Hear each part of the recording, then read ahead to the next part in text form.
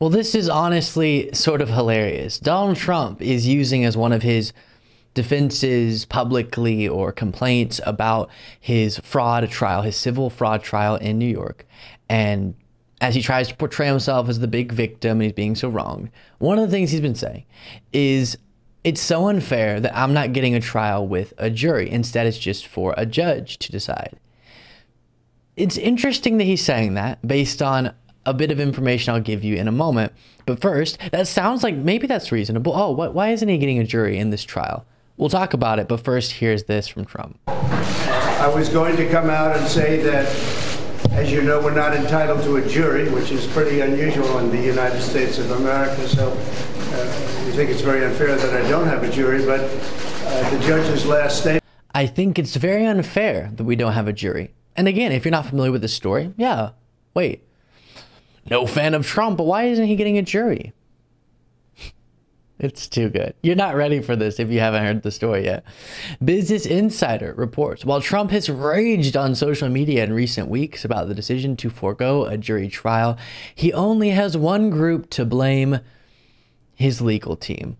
On July 31st, the New York Attorney General's office filed paperwork telling the judge it had completed all its pretrial work and was prepared for a trial.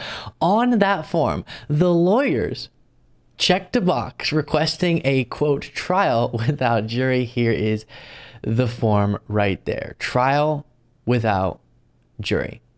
Trump's lawyers never filed anything to court arguing otherwise. Court records show they had the opportunity to ask for a jury trial, but didn't. And then, of course, Alina Habba saying, no, Trump wanted a jury and we wanted it. Well, then you should have done the form correct. You should have filed that correctly and asked for a jury. So it's on the shoulders of his own legal team, which is priceless.